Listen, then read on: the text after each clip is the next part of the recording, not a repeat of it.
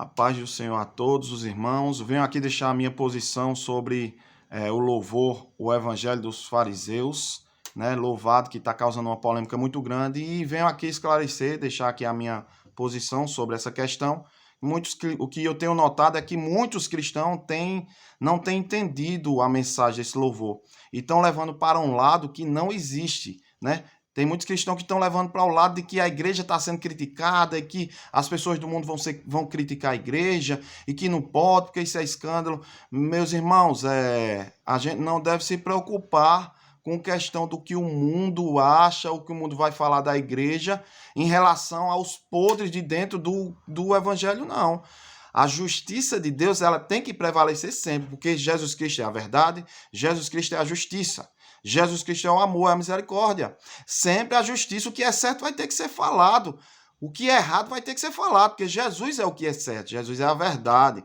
Então eu tenho notado que muitos cristãos têm pegado esse louvor e têm levado para um lado de que como se ela tivesse criticando o congregar, o fato da gente congregar, o fato da gente dizimar. Não, eu vejo claramente que esse louvor não é uma crítica ao congregar, não é uma crítica ao dizimar, não, de forma nenhuma. É uma crítica às igrejas que simplesmente se formaram com o intuito simplesmente de enricar e se esqueceram do evangelho, do reino de Deus, se enquadra justamente aqui, olha, em Mateus capítulo 23, versículo 23, que diz assim, ó: ai de vós, escribas e fariseus hipócritas, pois que dais o dízimo da hortelã e do endro e do cominho, e desprezais o mais importante da lei, o juízo, a misericórdia e a fé. Deveis, porém, fazer essas coisas e não omitir aquelas. Veja que Jesus Cristo, ele não condena o dízimo, mas ele diz o seguinte: vocês se preocupam tanto com o dízimo e se esquecem com a parte mais importante da lei, que é o juízo, ou seja, a justiça de Deus, a misericórdia e a fé. E é baseado nisso que esse louvor foi feito. Mas muitos cristãos não estão entendendo e estão levando para um lado totalmente diferente, né? E infelizmente, né? Muitas pessoas que não conhecem a Bíblia, eu acredito, né? Porque Jesus Cristo entrou dentro do templo, quando viu ali o comércio sendo feito, e virou as mesas dos cambistas, e liberou os animais, e o chicote, meteu chicotada para cima lá e expulsou as pessoas que estavam fazendo da casa do Senhor comércio, né? Quer dizer que Jesus Cristo ali trouxe escândalo, porque o mundo ia olhar e ia dizer: olha, ele que é judeu ali, ó, tá expulsando os judeus. Não, pelo contrário, o mundo vai olhar e vai achar bonito. Vai dizer: rapaz, agora eu dou valor. Agora sim, realmente tá certo. Uma pessoa tá vendo que tá sendo feito de errado na casa do Senhor, fazendo comércio, e agora tá agindo com justiça. E agora tá vindo a santidade. Olha, Jesus Cristo é santidade. É justiça e a misericórdia. Muitas pessoas também estão dizendo: esse louvor não pode ser louvado na igreja. Por que não pode ser louvado? Porque não adorar a Deus. Como não adorar a Deus? Aquele ato de Jesus Cristo expulsar os cambistas de dentro do templo não foi um ato de adoração a Deus, não? Não foi um ato de justiça, não? A própria justiça de Deus não é o próprio Deus, não? O próprio juízo de Deus não é o próprio Deus, não? A própria ira de Deus não é o próprio Deus, não? O próprio amor de Deus, a própria misericórdia de Deus não é o próprio Deus, não? É sim o próprio Deus. Então, quando a gente fala no evangelho na área da justiça, da santidade, da misericórdia, do amor, da comunhão, isso é o louvor a Deus, porque está dentro do evangelho, né? Eu estou vendo muita confusão no meio do povo de Deus.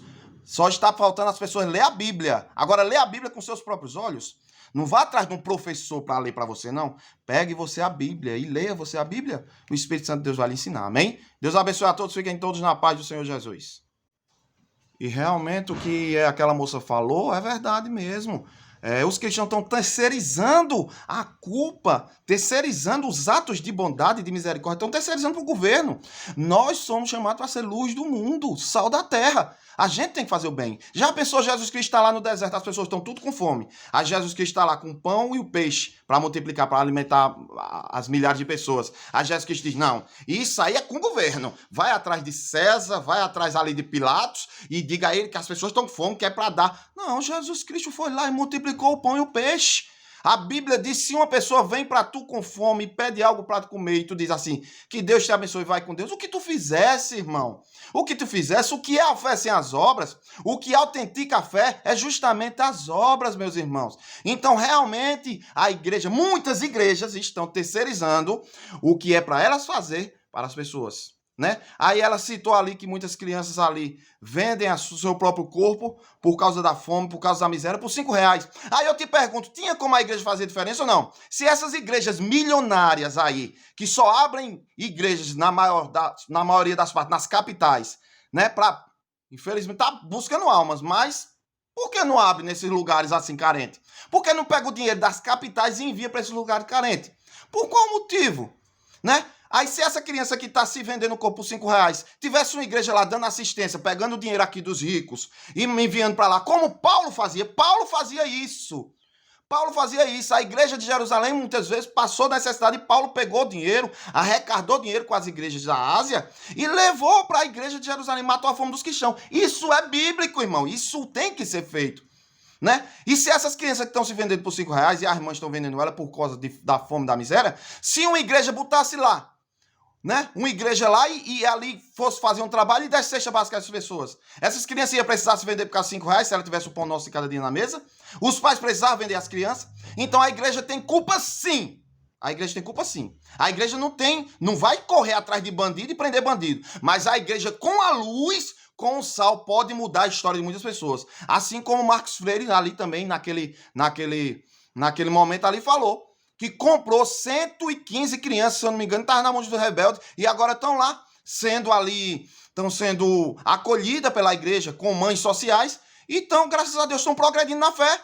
Se o dinheiro fez a diferença lá. Agora, por que as igrejas só pensam em abrir igreja em lugares ricos, e por que não pega o dinheiro do lugar rico e envia para o lugar pobre para transformar almas? Por que não? Eu sei que muitas igrejas ricas fazem isso. Eu sei que muitas igrejas ricas fazem isso. Mas, infelizmente, a maioria não faz. Então, esse louvor se serviu de carapuça para as pessoas que estão reclamando, então é porque estão culpadas nisso. E se estão achando ruim esse louvor, entenda uma coisa, no dia do juízo final vai ser muito pior, viu? Foi só uma jovem falando uma verdade que está doendo em muitos. Mas no dia do juízo final vai ser muito, mas muito pior, viu? Aguarda aí, fariseu, pro dia do juízo final, amém? Deus abençoe a todos, fica na paz.